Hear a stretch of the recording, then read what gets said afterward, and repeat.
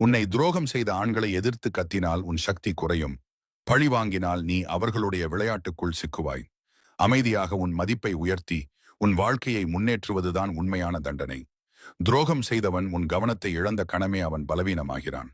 இந்த வழியை பின்பற்றும் போது அவன் உள்ளுக்குள் எரிந்து சிதறும், நீ அமைதியாக உயர்ந்து நிற்பாய். இந்த உண்மையை புரிந்தவர்கள்தான் வாழ்க்கையில் வெற்றி பெறுகிறார்கள். துரோகம் செய்த ஆண்களை தண்டிக்க வேண்டும் என்ற ஆசை இயல்பானது. உணர்ச்சியில் எடுக்கப்படும் எந்த முடிவும் உன்னை பலவீனமாக்கும். துரோகம் செய்தவன் உன்னை கோபப்பட வைக்க முடிந்தால் அவன் ஏற்கனவே வெற்றி பெற்றுவிட்டான். அமைதி என்பது பயம் அல்ல, அது கட்டுப்பாடு.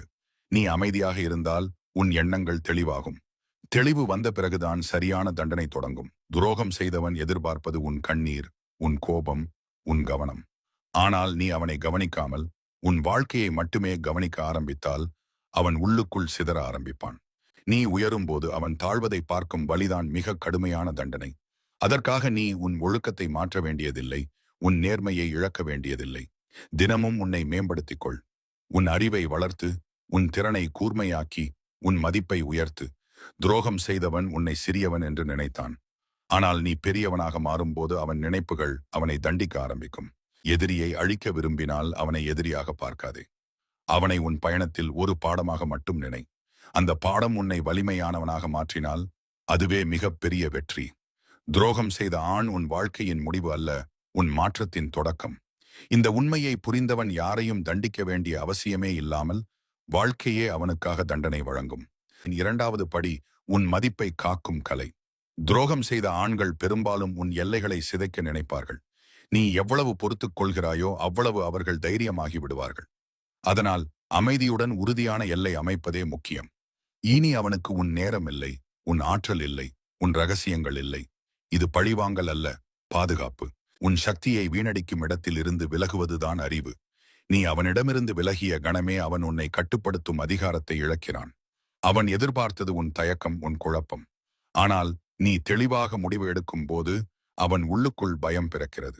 இந்த பயம்தான் அவனுக்கான தண்டனை. அடுத்ததாக, புகழை அமைதியாக கட்டுவது. துரோகம் செய்தவன் உன்னை குறைத்து பேசுவான், உன் மதிப்பை அழிக்க முயலும். அதற்கு நீ பதில் சொல்ல வேண்டாம். உன் செயல்கள்தான் உன் பதில். நீ நேர்மையாக உன் கடமைகளை நிறைவேற்றும் போது உன் குணம்தான் உன்னை காப்பாற்றும். மக்கள் உன்னை நம்ப ஆரம்பிக்கும் போது அவன் வார்த்தைகள் அர்த்தமில்லாததாக மாறும். இந்த நிலையில் அவன் தண்டனை முழுமையாக தொடங்குகிறது. ஏனெனில் அவன் பொய் நிலைக்காது, உண்மை மட்டுமே நீடிக்கும். துரோகம் செய்தவரை தோற்கடிக்க உன் மனதை கெடுக்க வேண்டாம். உன் மனம் சிதைந்தால் நீயே தோல்வி.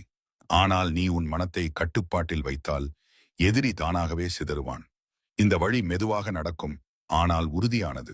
துரோகம் செய்த ஆண்கள் உடனடியாக விழுவதில்லை.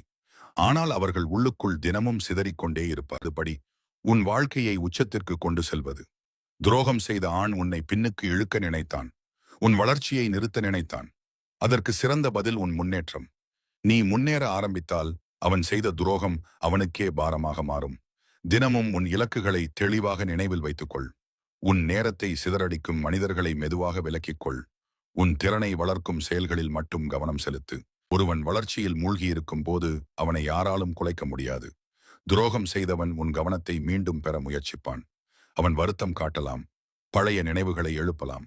ஆனால் நீ உணர்ச்சியில் சிக்கக்கூடாது. உன் பயணம் உன் கையில் இருக்க வேண்டும். அடுத்ததாக, மௌனத்தின் சக்தி. நீ பேசாமல் இருக்கும் போது பலர் உன்னை பலவீனமாக நினைப்பார்கள். ஆனால் உண்மையில் மௌனம் உன் ஆற்றலை பாதுகாக்கும் கவசம். துரோகம் செய்தவன் உன் வார்த்தைகளை பயன்படுத்தி உன்னை காயப்படுத்த முடியாது.